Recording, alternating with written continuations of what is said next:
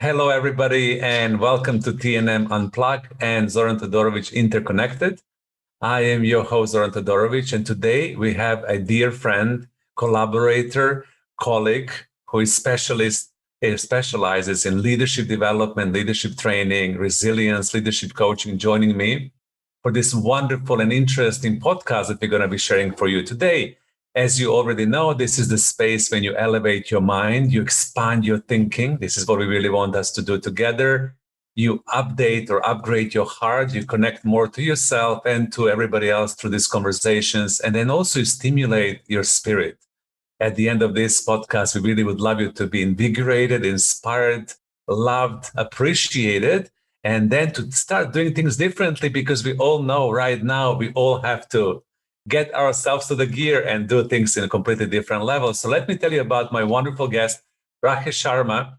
She is an executive and mindful leadership coach. She's passionate about bringing satisfaction and joy to people's life by coaching them to explore and utilize huge reservoir on untapped potential, which each of us have. She has been coaching for more than 10 years with more than 1,000 hours of coaching. She also has 25 years of experience in working in the field of learning and development. In addition to for her coaching the leaders from Fortune 500 companies, he has been associated with Aparajata Women, an award-winning L&D program for 5 years as a coach and facilitators. She also specializes in executive coaching, mindful leadership coaching, mindfulness, compassion, women's leadership, emotional intelligence, and resilience. And I love her warm heart, because when you talk to Rakhi, you're going to see, this compassion, the feminine energy, the woman leadership powered by the very intelligent mind comes through. She's also passionate about systemic thinking, transactional analysis, gestalt, and positive psychology. So as you can see, she's multidimensional coach with many, many skills like a Jedi. And today we're going to be focusing on something that she has done recently, which is the study about how do we bring resilience into our workplace through leadership coaching and how we empower ourselves to become resilient. So welcome, Rakhi. Thank you so much, Zoran, for this wonderful introduction that you've done. Thank you so much for actually giving me an opportunity to share some wonderful work that I'm very fortunate that it triggered in my mind, and I'm able to bring forth to everyone here, whomsoever is the audience. And my first question to you, what inspired you to go towards this study around resilience and leadership? What happened inside of you that prompted you, okay, now is the time for me to put my energy and attention into this? What was the journey into it for you? So this actually triggered last year, and I was observing COVID and was seeing that how people were feeling helpless. People feeling disconnected with themselves, with the environment, so much of uncertainty. And I've experienced that my compassionate heart and the empathetic heart comes up and then just feel like doing something. But being stuck at home, I did not know what to do, how to do. And fortunately, I was doing a course training, and we all know that it's always good to refresh our learning and keep unlearning things which are not required. And it prompted us, all the participants, that we do a case study.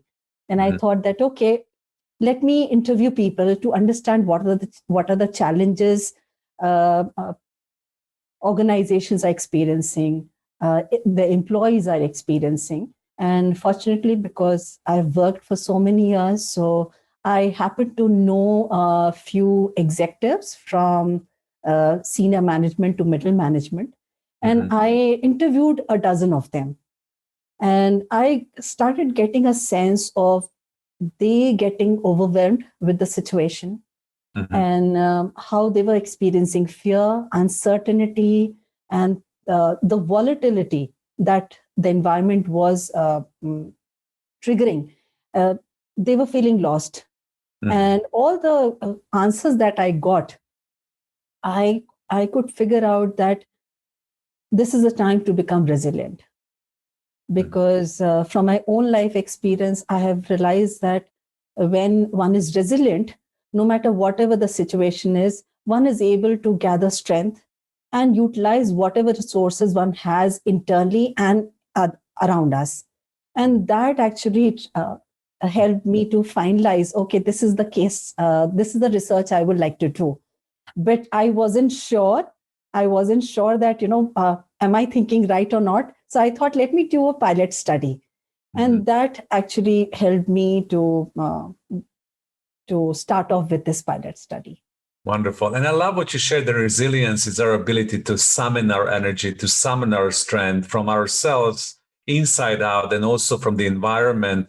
And this is something that we all need to do or need to become at this moment in time. So I think that you were at the right time, at the right place.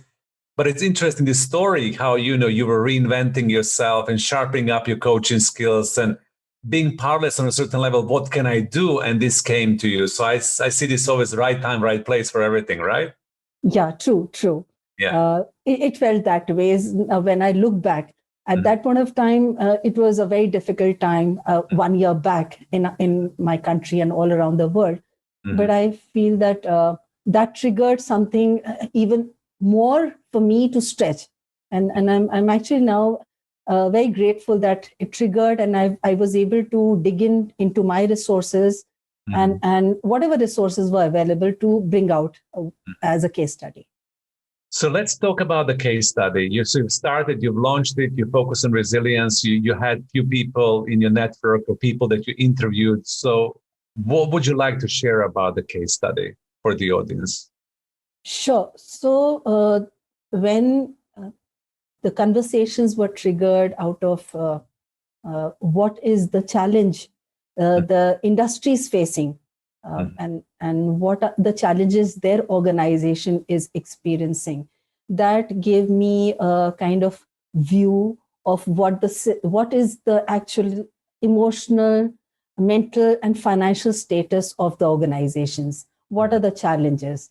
And that helped me to go deeper and to be able to understand that what I need to design and how do I need to design an intervention that can be helpful. And as I am a coach, I thought that how I can utilize coaching conversations for this kind of engagement. Because as you're a coach, you're a senior coach, you must have experienced that how by coaching so much good comes out of an individual. Absolutely. And that's what we love about it. And that's what we believe. So much good comes out of the individual. Absolutely. Absolutely. So I was very hopeful that it will work, but how will it work considering the long hours of the employees and understanding so much of stress that they must be going. So I had to design a very short intervention, short coaching conversations, and orienting the coaches. And for that, I thought, let me connect with a couple of organizations. So I happened to connect with a large organization which is into construction, into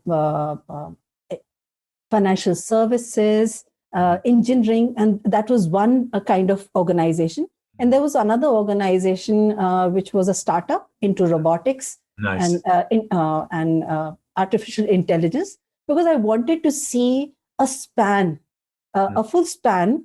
How does resilience impact and coaching impact individuals and organizations? So I took an extreme case organized.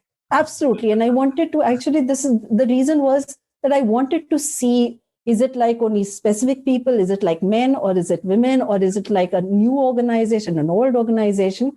But so I wanted to see the full spectrum of how resiliency and coaching can work. And when I connected with these two organizations, I'm very grateful for the HR who agreed. And yes, absolutely, because without them, this wouldn't have happened. And they introduced the whole idea. I shared a proposal, and they understood, and they said, okay, how would you like to go ahead? And I mentioned that it'll be nice if the coaches nominated themselves, because you can't coach a coachee or an individual who's not interested. It can, I mean, an individual has to agree to go through the process. Yeah, of course, it has to be willing. That's one of the part of you chipping your willingness and your energy. Yeah, absolutely, absolutely. They were willing. That's amazing. Yeah, and that's how it started off.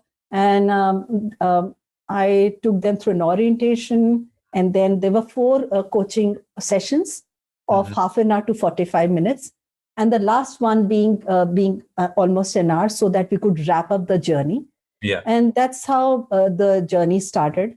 And I would say the coaches, when they started off, a lot of them did not know what was leadership coaching all about. And I had a very small number, just 7 coaches. But because it was a mix of men, women, and both the organizations, I felt that for a pilot, 7 is also a good number to start with. And also in this crisis time, somebody is willing to actually give time, and to also think that, okay, if I do this, it might help me. I think I was very fortunate and very lucky that I could actually go through this coaching engagement. And and this is how we did. And then I got wonderful results. I was very happy that to see, even in a short period of time, if a coach brings his or her full presence and using the coaching skill set, and also being a very empathetic and compassionate person, I think giving that space and holding that space for an individual, it does wonders. And I could see that happening. Absolutely. So tell me a little bit more around, what were the challenges? You mentioned at the beginning that, you also look into the challenges for organizations, because I'm sure that, our listeners would love to see what other organizations are being challenged with, because we all need mapping. We need to say, oh my God, they're stretched with the same thing. And then afterwards, let's talk about what came out of this coaching sessions and, results. Sure. So a lot of them feared of salary cut, working in silos, not having a routine. And because they were working from home, so internet connectivity, the productivity went down. They could not feel the psychological safety in that environment. The work hours were very long, because quite a few mentioned that if they did not show that they were working, they would be shown a pink slip. So and they would work long hours, or they would show that they were engaged in work, so that at least the organization feels that yes, they are working. So they had to put up with this stress and the emotional challenge that they were going through. Then there were so many announcements by the government, so they did not know how to cope up with things. And not being able to connect with their fellow people colleagues. So lack of that connect, not being able to live a regular life. So this was what I could actually clearly see, that they were feeling like crammed in a small cage, and feeling that they were helpless. They did not know when this will end and how will this end. And they could not speak with their managers or to the organization, because of the fear that they would be asked to leave. And let's understand that it has been a challenging time. And of course, in some organizations, they cut the workforce, they fire people. It was not really easy. You show up and you don't know what is going to happen. And so the fear factor was really high, right? Yes. And that is why it also triggered in my mind that I have to provide psychological safety to them when I coach, so that they are able to feel a bit normal, feel that they can actually have some semblance, some moment in the day, in a week, that they can actually feel normal and to get in touch with their strengths. because we all know the moment we are into the fight, flight, and freeze syndrome, we our mind freezes. We are Yes. not able to connect with our thinking brain, our reasoning brain, and we don't even recognize the resources that we have. So that was something that I wanted to make sure that I give them that experience, and that is why I created a small model, which was recognize. So basically, recognize what is the situation like, and not get into the narrative, because the narrative can take us into any direction. So Yes. first thing is recognize, then regulate. So to assess what the situation is, what are the resources I have, what are the resources which are available around, and not getting bogged down with what is not available, and then respond rather than reacting, respond. So what can be done in this scenario? And with this basic structure, um, it worked. I mean, That's the an results amazing new coaching model that just came out of you. I mean, I'm so impressed with this. Like, we have a new coaching model to help people. And I also wanted to mention, people are going to listen us in 10 years' time, in 2035 or 2050. And it's really interesting to label those challenges. What are we going through? And I'm so happy that you listed those challenges one by one, from the fear factor to uncertainty to low internet connectivity to an ability to connect to your colleagues and friends and feel social. When you leave the house, if you're that type of person, you like going to the office and having this buzz, your inability to fully show up and not be effective, and then on top of it being worried. I mean, it's good, in the future when people listen to this, absolutely, to know what we went through, and yeah, then to understand that we have a coaching model to address this right now, right here. And this is how we got out of this situation altogether. You know what I mean? yeah, absolutely, So, absolutely. so when you use this model, which is absolutely simple and it's beauty of simplicity, Yeah. so when they recognize what they were recognizing, the crisis or their state, or how did they recognize their state, their beingness?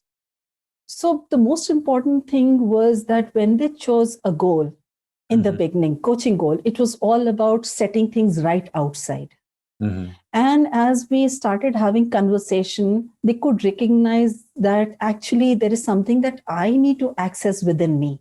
If my team member is feeling whatever is feeling, if I'm able to regulate my emotions and I'm in a space to hear, to inquire what is the individual experiencing, that itself will give us space for the colleague or my peer, or and somebody who's reporting will be able to share.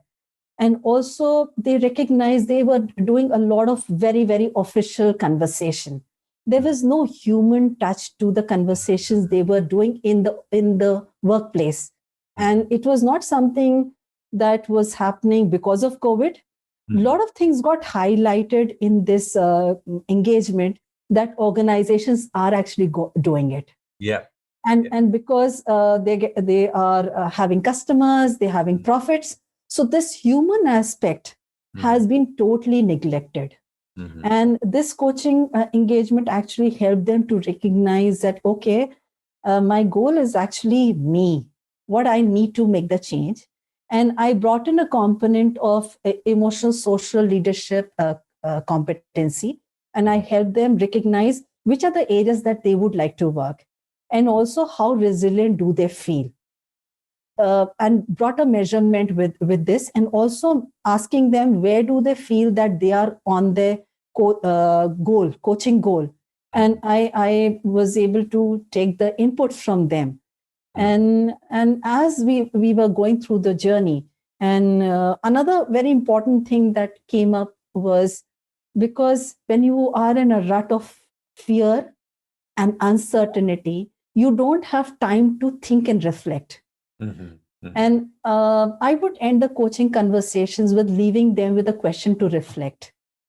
And that actually helped them thinking and able to go in words.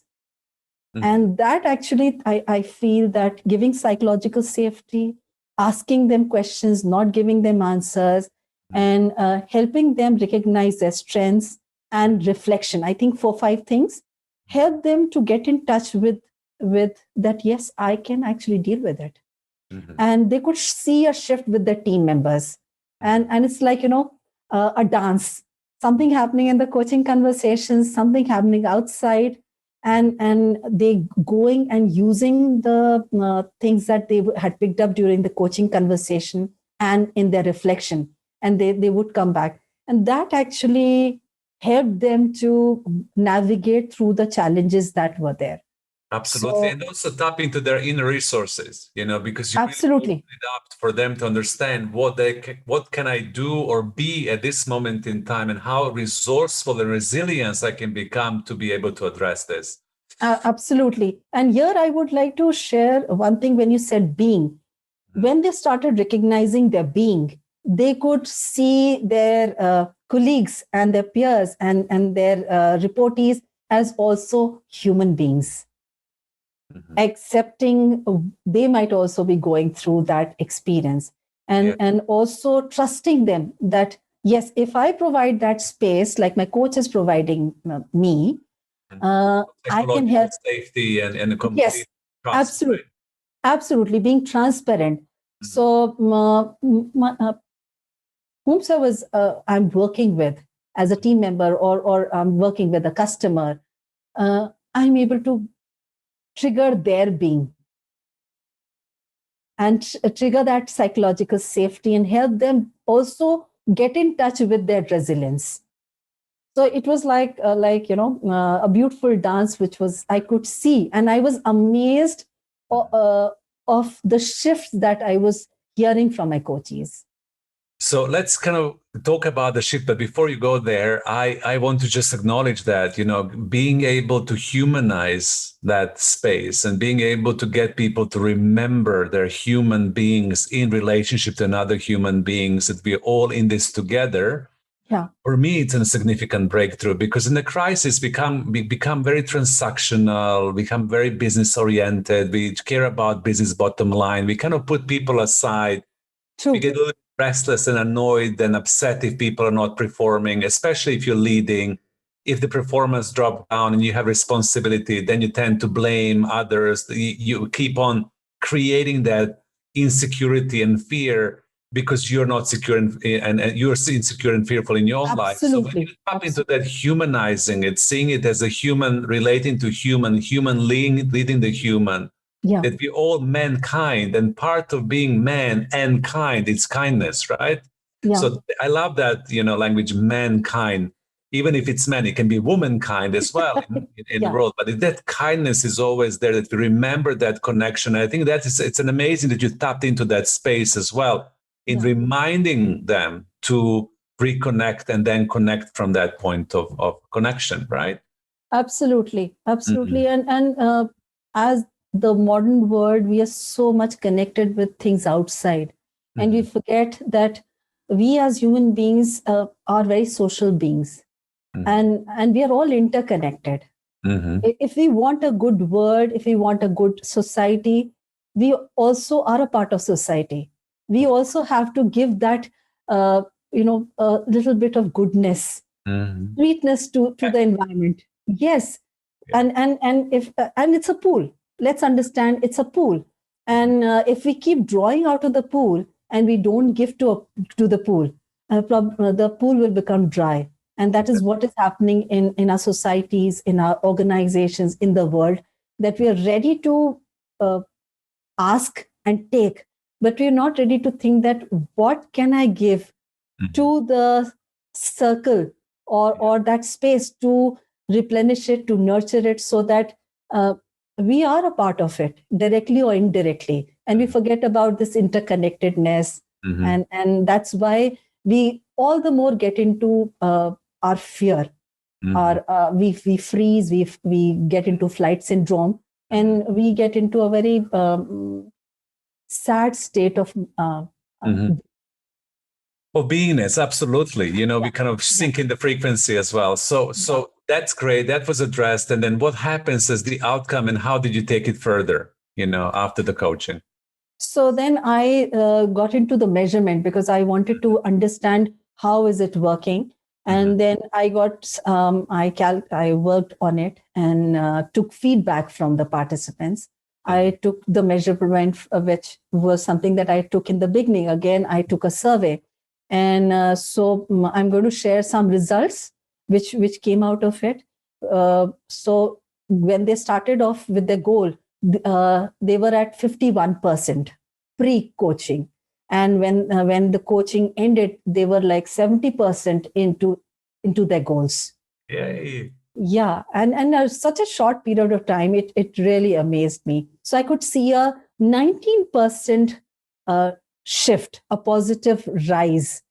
Then resiliency, the results were pre-coaching. They were at 58.5%, and in those short duration, they went up to 83% feeling resilient. And there was a shift of 24.5%.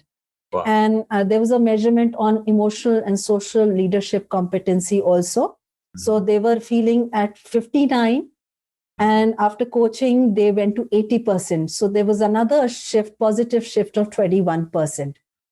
So I thought, let me now document it. And I also came up with few more suggestions, because it was in something that I did on the go.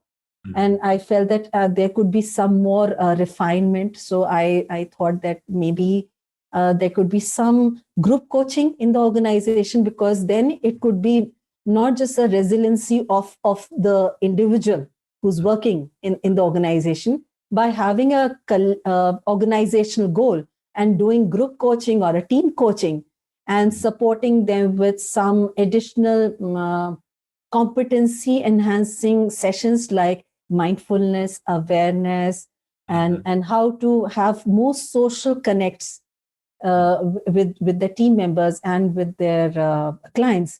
I felt I've jotted down quite a few things that would be helpful. And another thing that came out of this intervention was that building resiliency and building a resilient leader and a resilient organization, it has to be long term. We cannot think that, okay, having 6 sessions, 4 sessions, and we do see a result, that is going to stay. Because we forget that we are living in a live environment, which is perpetuating fear, anxiety, uncertainty. So how can we actually override the environment? How can we create a culture and an organization which is supporting the employees working there, and in turn helping their clients, and in a way that innovating their products or their services, because their clients are also making a shift, internal shift. And also, how could they reach out to new clients? Because the moment you become empathetic and compassionate, and the moment you feel that your organization, you're part of an organization for a larger goal, then suddenly, instead of being fearful about yourself, your heart reaches out to people, and you want to serve your clients. And it's a good business result. And the results that you see in the business world, financial world, is an outcome of good effort and good intentions. Absolutely. I love that. Good effort and good intentions. Results are amazing. I think that the percentages that you shared with us and with the audience, for such a short amount of time, people really managed to improve on all these measurement parameters. I think everybody should hire us as coaches, especially you. Thank you. I think, immediately hire Rakesh.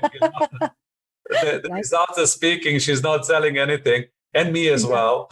Yes. It shows you when you link this leadership coaching and you really create, as you said beautifully, that sacred safe space of psychological safety, of the presence, and you really equip people to hear themselves and tap into their internal pool of resources, then they become resilient. And also what I love that you shared, which is very important for our audience to remember, is that it takes time to bring resilient organizations. We really would love this to happen over the night and have what we call in coaching bypass. You just very quickly, and tomorrow, and now. True. But there is something that needs to be given inside of that process to truly mature into a resilient organization that can then have this as part of the DNA of their culture, right? True. And actually, it's a very good time for the organizations to look into the gaps which got covered because they were successful. They were there, but because when you are successful, you don't get look into the areas which are not working. You're so happy and delighted with the numbers that you get, and you forget that there are areas that need to be looked into. So I think this is a kind of gift also, I would say, for organizations to look into how they have created structures, and are they actually looking as a collective, not just the top people doing well and they're standing out and the leadership standing out. How about becoming servant leaders? How about seeing that how I can serve my people, how I can serve my client? Because we are all interdependent. We forget that getting positions and experiencing power, but we forget that this is so very temporary. Exactly. And I think that in order for you to be a resilient leader, you also have to be a servant on a certain level. That's whole notion of being at service to others. Yes. Support you as a leader to become more resilient. And I love your metaphor of taking from the pool and giving back into the pool and re-nourishing the pool instead of just what is in it for me, which is service to self. That a lot of people get stuck into, not because they're bad people in leadership, is because the culture is like that. Yes, absolutely. And what you're really calling for is the transformation of the culture when you are giving back into the pool, giving contribution and really care, which is service to others. And for me, there is a direct link between service to others and you being able to then become resilient. Absolutely. Because simply the pool or the energy of what you give comes back to you so that you can tap into your inner resources, right? Absolutely, absolutely. And here I just want to remind Azoran that we have to learn from our nature. We are existing because we cannot survive on our own. We have to have trees. Just for example, the relationship we share with trees or with nature. The trees give us oxygen and we give them carbon dioxide. We are all supporting each other, and we cannot survive, we cannot thrive if we don't understand this circle of life and circle of love. And unfortunately, we've gone into what's in for me, and forgetting that I cannot exist if others are not there. Yeah, and I love that you mentioned circle of life and circle of love, right? Yes. Yeah, absolutely. Because you also have to give that love in that circle in order for this to be able to be replenished. Absolutely. Yeah. Great. So the study was done. People were happy. Results were amazing. Yeah. Where would you like to take this next in your ideal circumstance? And I know a lot of leaders are listening to this, and we're calling them to engage with this study, to begin thinking about resilience, especially now, because we're still not through our transformational situation that we're going through. True. So more and more people have to get into that space of resilience. Where would you like to take it next? And for the leaders who are listening, what is your message to them at this moment in time? So I would say it's a good time to introspect and actually see what is the situation like, and not just talking to people who are leading, but actually going to the lowest or the smallest denominator or the person who's part of this organization, going to your customers, clients, your partners to hear actual stories, not just looking for good stories, but actually listening to the gaps. Where are the gaps? And also tapping to the resources which are already there. So many times we forget that there's so many resources, but because we have this mindset that I'm missing something, and that missing piece becomes the biggest piece. But we forget that we are so very resourceful, and let's value human beings and human relationships. Once, and as a coach, I can help them. We can have that conversation to actually have these psychologically safe conversations.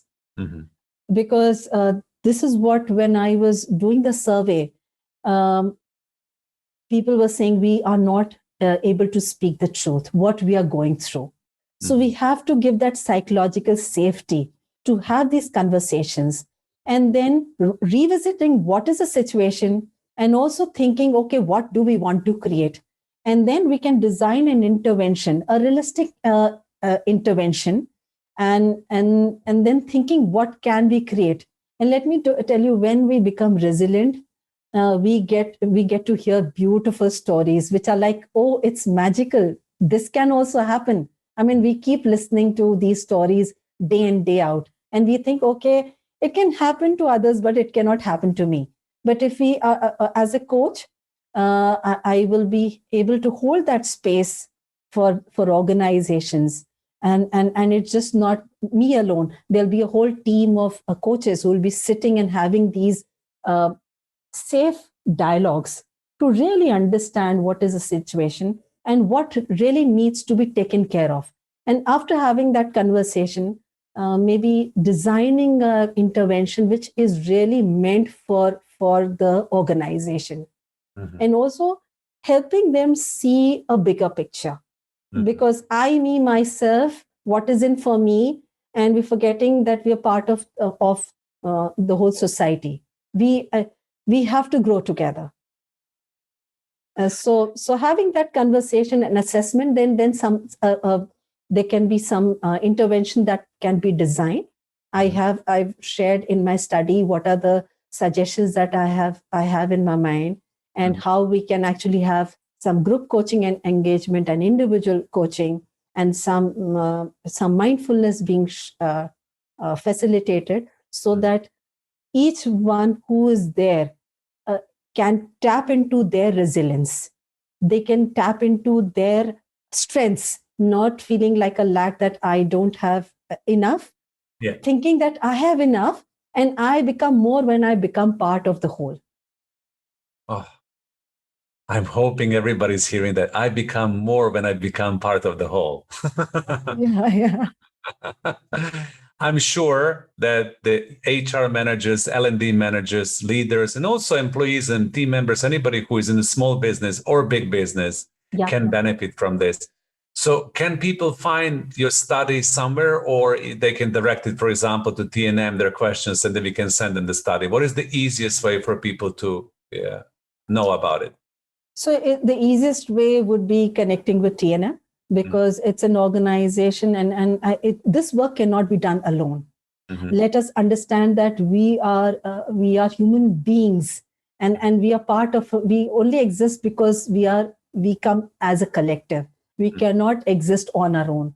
So it will be nice that they connect with TNM, and as a whole team of TNM, we will be able to actually do the assessment, have those conversations in safe space, so that we can actually understand the situation, assess the situation, and to be able to give a solution based on the study, that what can work best and how they can grow as an organization, which was actually, those loopholes weren't being seen because things are going great. But here, actually having safe conversations, and to be able to really see that we are all in together. We cannot thrive if we are alone. We'll thrive only when we think as a collective. Yes. So thank you so much for your closing words of wisdom. We can all thrive as a collective. We're all in this together. Resilience is important right now. Let's up it up, bring it forward. This is what we all need at this moment in time. This is an important study, an important initiative. Thank you so much, Raquel, for being our guest today, for elevating our hearts, elevating our minds and spirits with this open conversation and dialogue. Thank you so much for sharing your study. I think it was really insightful for us to hear the statistics, the questions that you asked, and the model you created for all of us. Thank you so much for being part of this recording. Thank you so much, Zoran, that you are giving me an opportunity to share. And here, the last thing I would like to say, we human beings are interconnected, and we all need each other. And so I can only work when I have a pool of coaches and organizations. We are all interconnected. When we come together, then only I will be able to share the study, bring the change that I envision, and collectively, I can say collectively, we can make it happen. Absolutely. Thank you, listeners, for listening, for coming to TNM Unplug, and to Zoran Todorovic Interconnected. Enjoy this. We'll see you next week with more insightful and lovely conversations that we bring forward only for you. Thank you. Raquel, bye for now. Thank you. Thank you so much.